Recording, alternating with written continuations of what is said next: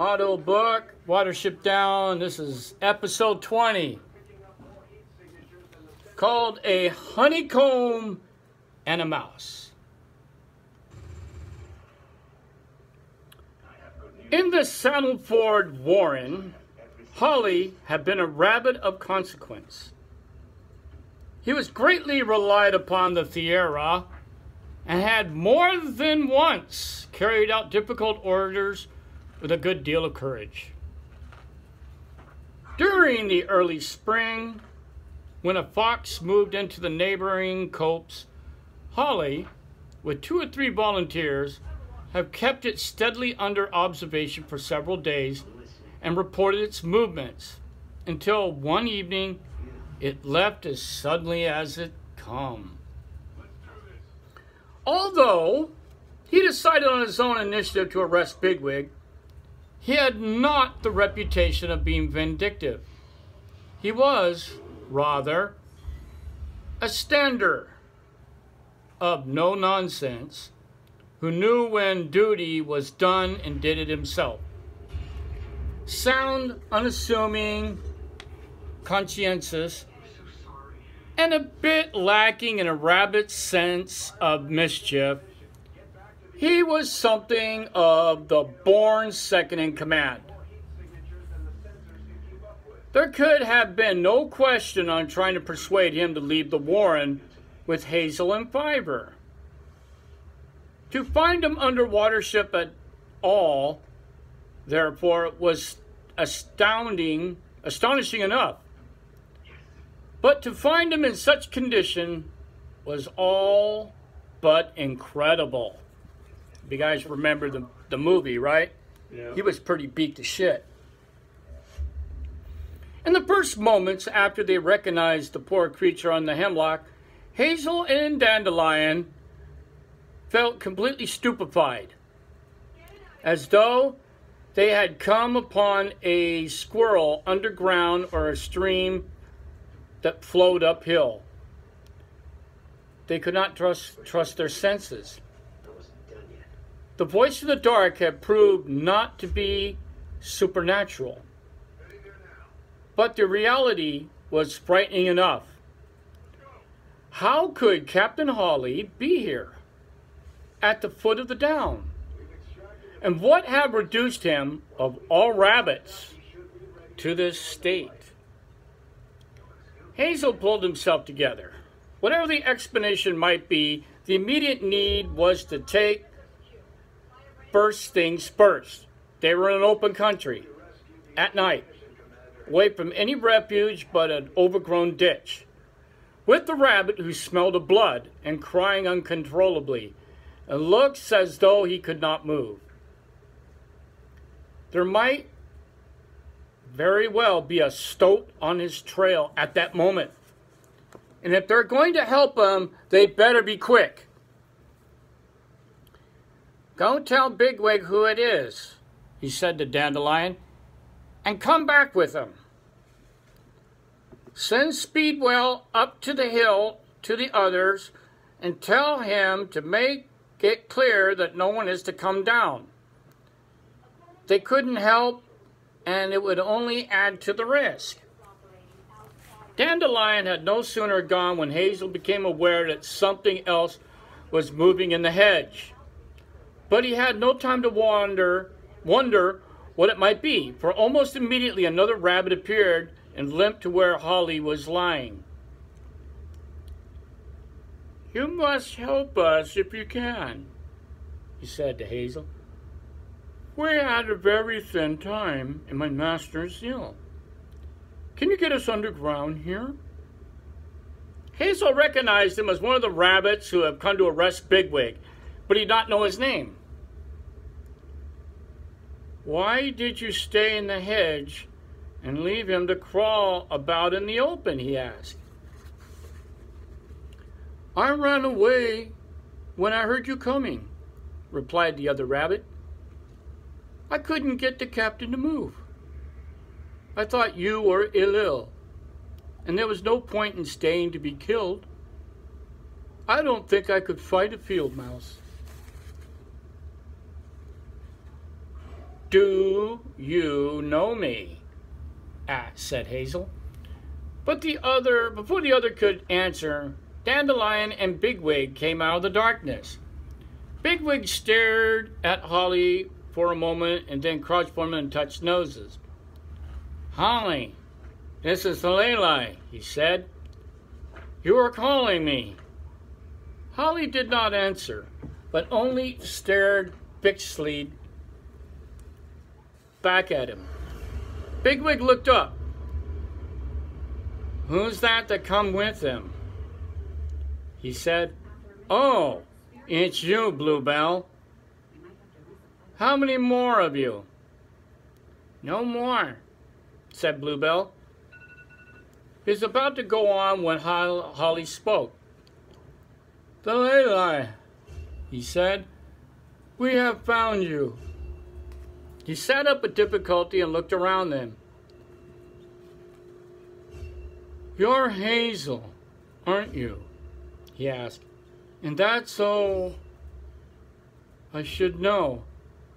But I'm very poor shape, I'm afraid.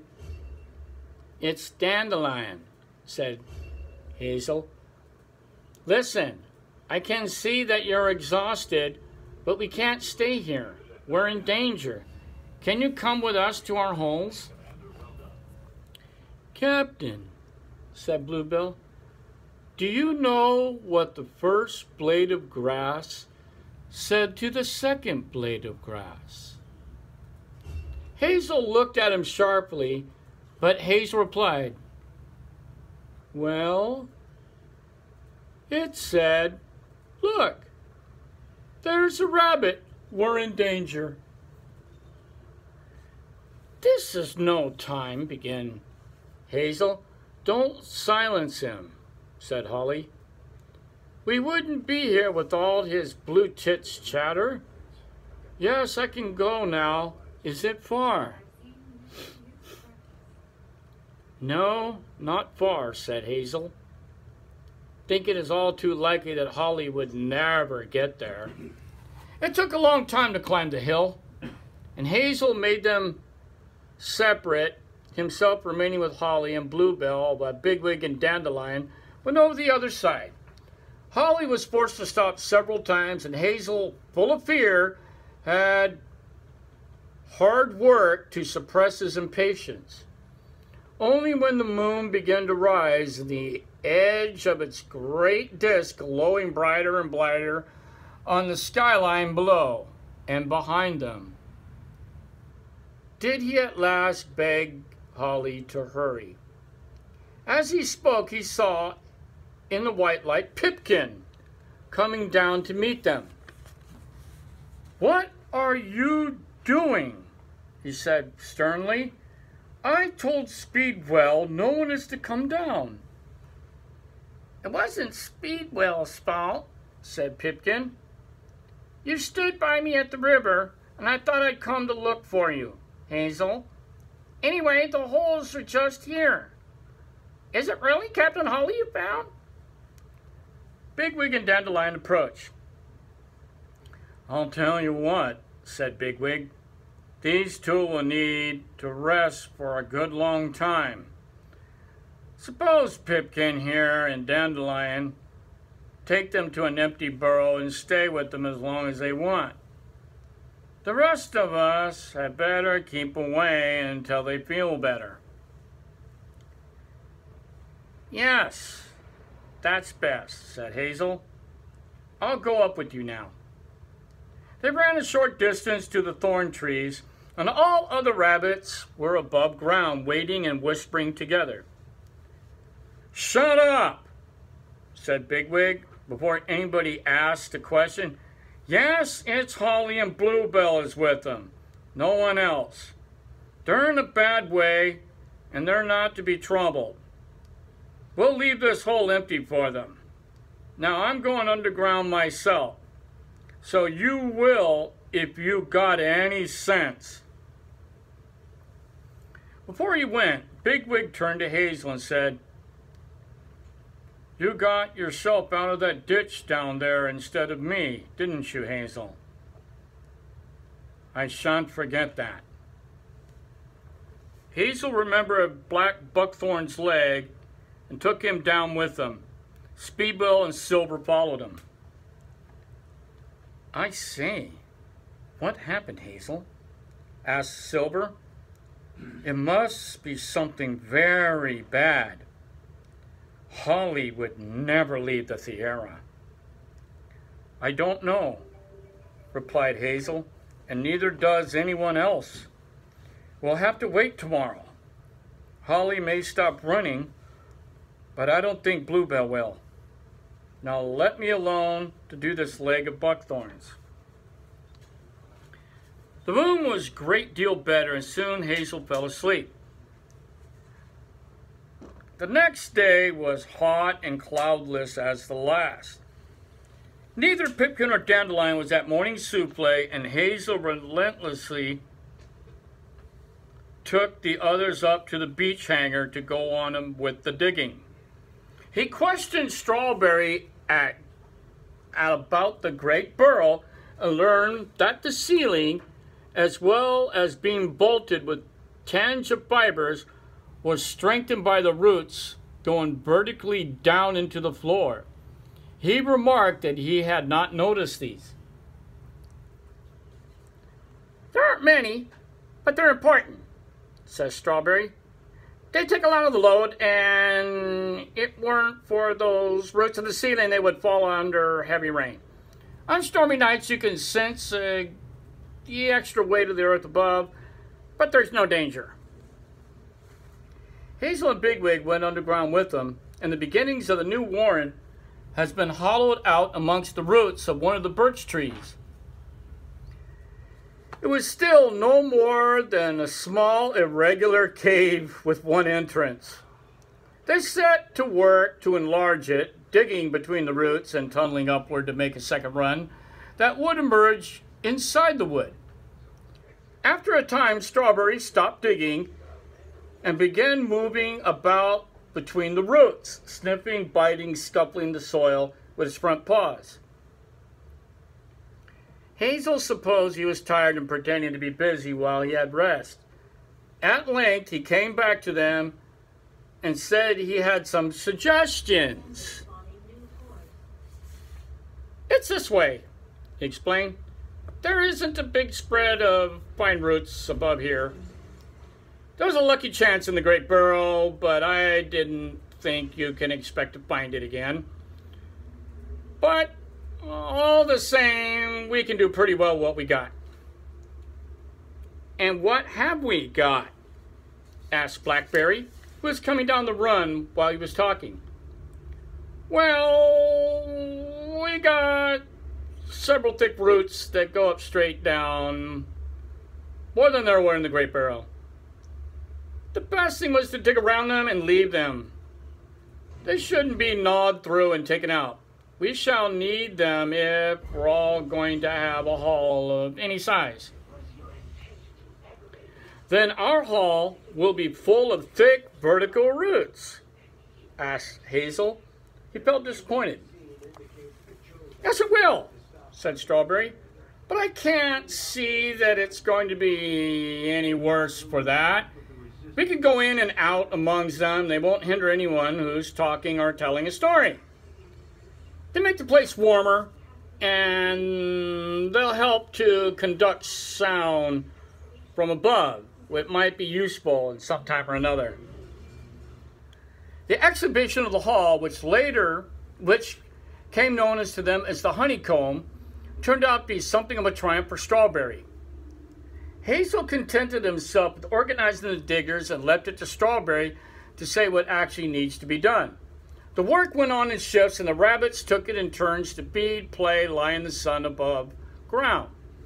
Throughout the day, the solitude remained unbroken by noise, men, tractors, or even cattle, when they began to feel more deeply than they owed to Fiber's insight.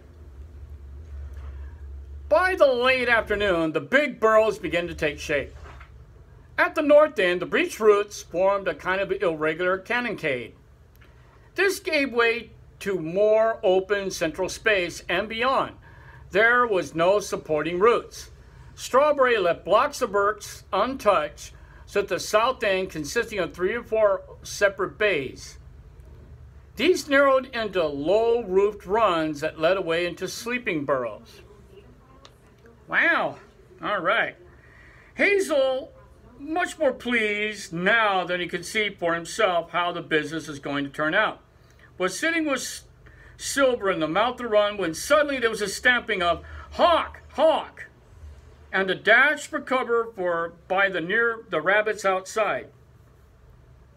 Hazel was safe where he was, remained looking out past the shadow of the wood in the open, sunlit grass beyond.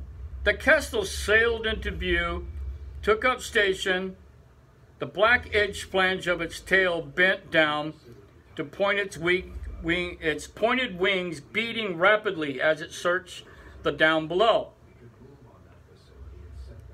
"Do you think it'll attack us?" asked Hazel, watching it drop lower and recommence its postured fluttering. "Surely it's too small." "You're probably right," replied Silver. "All the same, would you care to go out there and start feeding?" "I'd like to try to stand up one of those a little," said Bigwig, who came up to the run behind them. "We're afraid of too many. But a bird from the air would be awkward, especially if it came in fast. It might get better even a big rabbit took it by surprise." "See the mouse?" said Silver suddenly. "There, look." Poor little beast. They could all see the field mouse, which is exposed in a patch of smooth grass. It eventually strayed too far from its hole and now could not tell what to do. The Kestrel's shadow had not passed over it, but the rabbit's sudden disappearance made it uneasy and it pressed to the ground. Looking uncertainly this way and that, the Kestrel had not seen it, but it could hardly fail to do so soon as it moved. "Any moment now," said Bigwig cautiously. On an impulse, Hazel hopped out to the bank and went a little way in the open grass. Mice do not speak Lapine.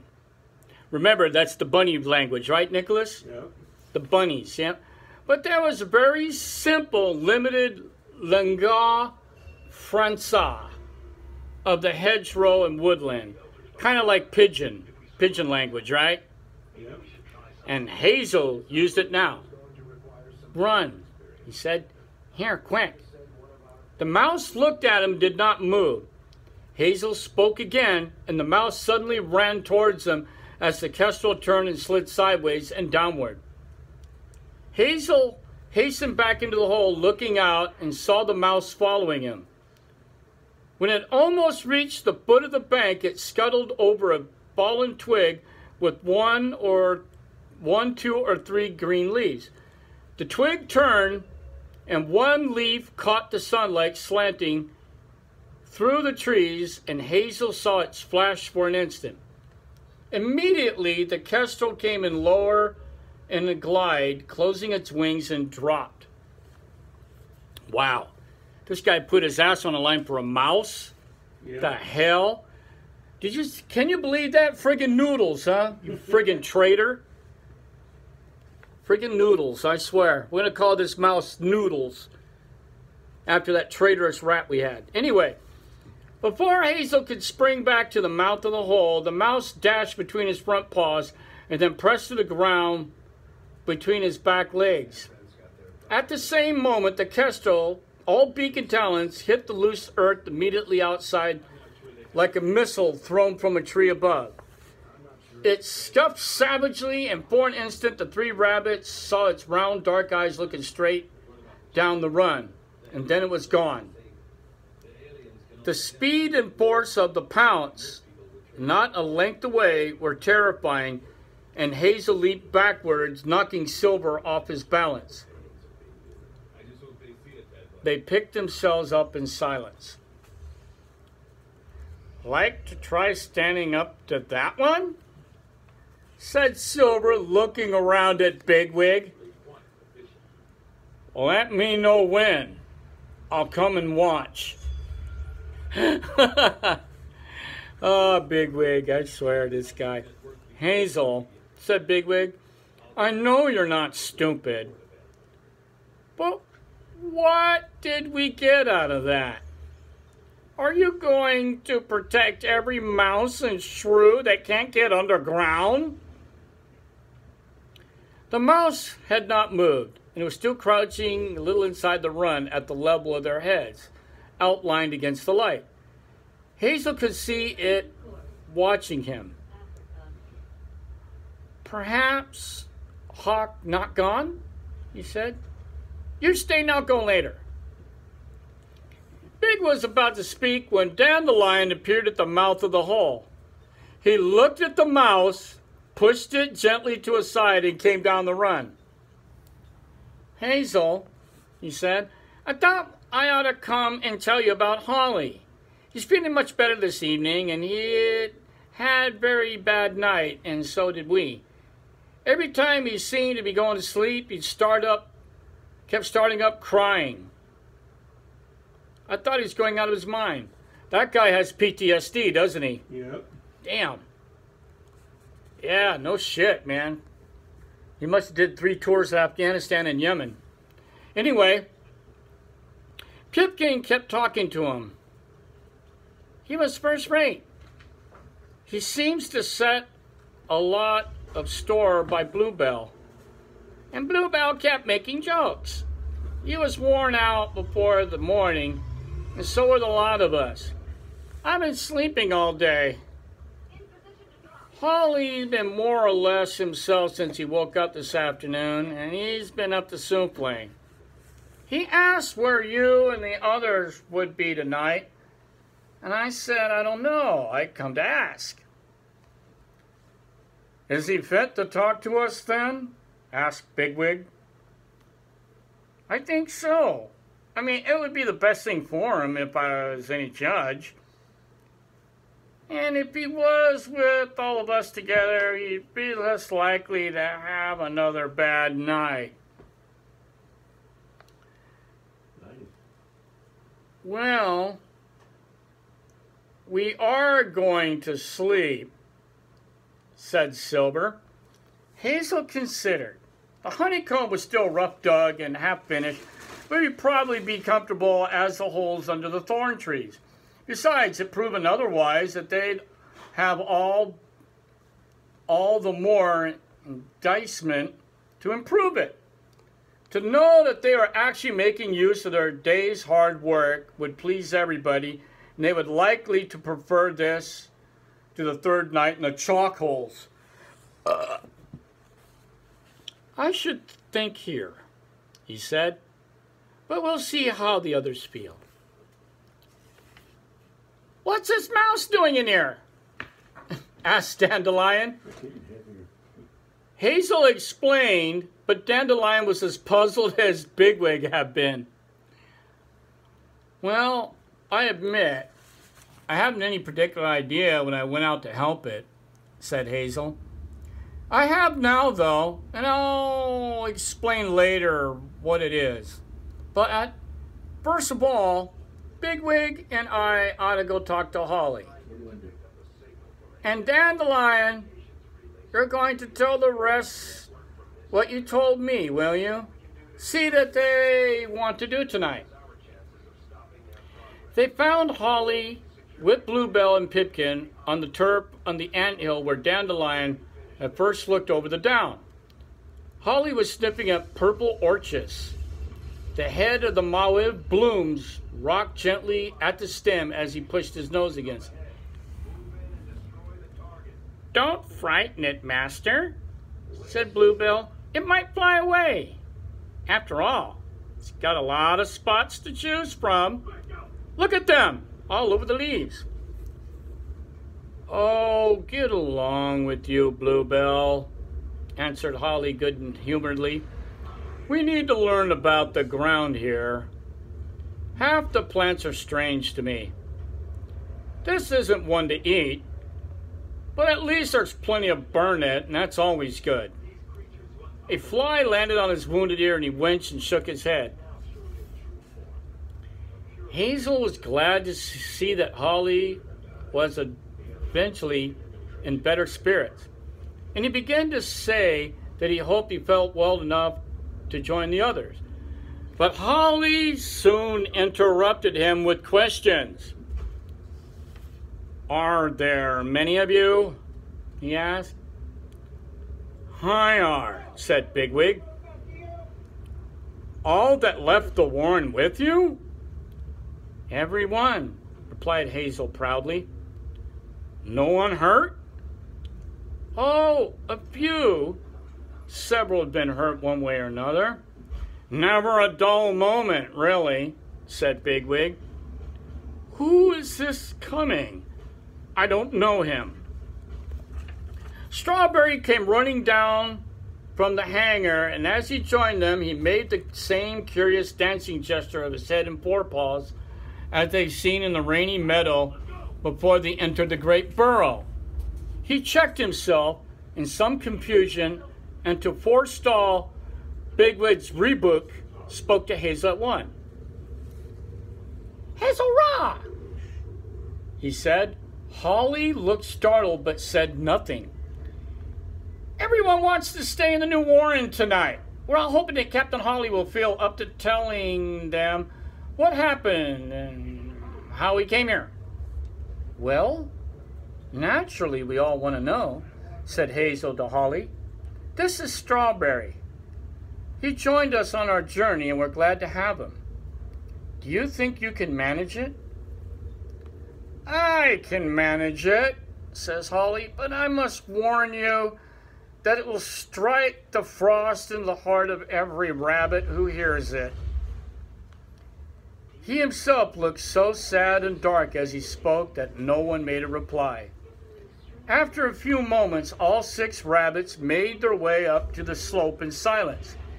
They reached the corner of the wood, and they found the others feeding or basking in the evening sun on the north side of the beech trees. After a glance around them, Holly went up to Silver, who was feeding with Fiber in a patch of yellow triple. "Hell yeah! Proper motivation! I'm glad to see you here, Silver," he said. "I hear you had a rough time." "It hasn't been easy," answered Silver.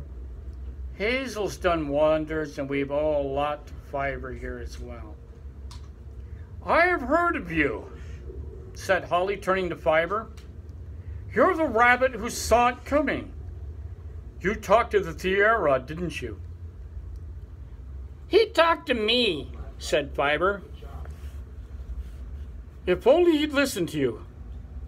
Well, it can't be changed now, till the acorns grow on thistles. Silver, there's something I want to say, and I can say it more easily to you than to Hazel or Bigwig. I'm not out to make any trouble here.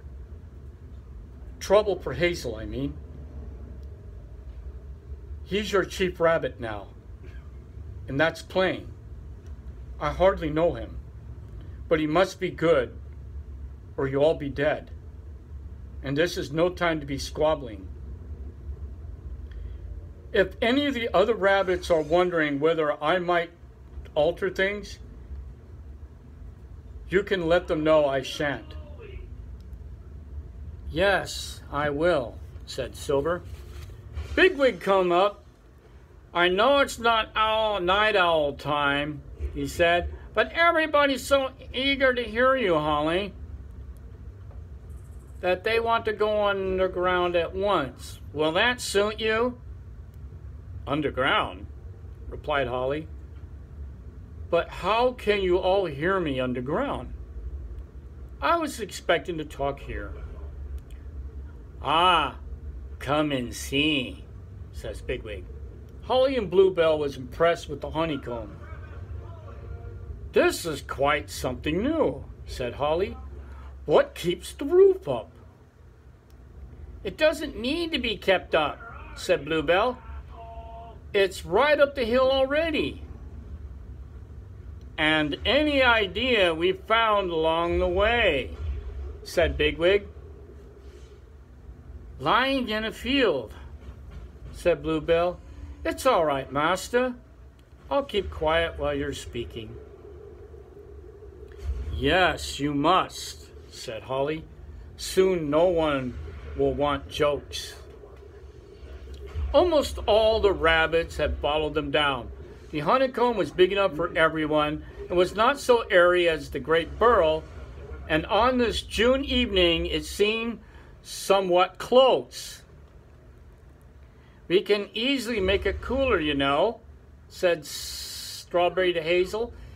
In the great burrow, we used to open the tunnels for winter and then close them, open the tunnels for summer and close them in the winter.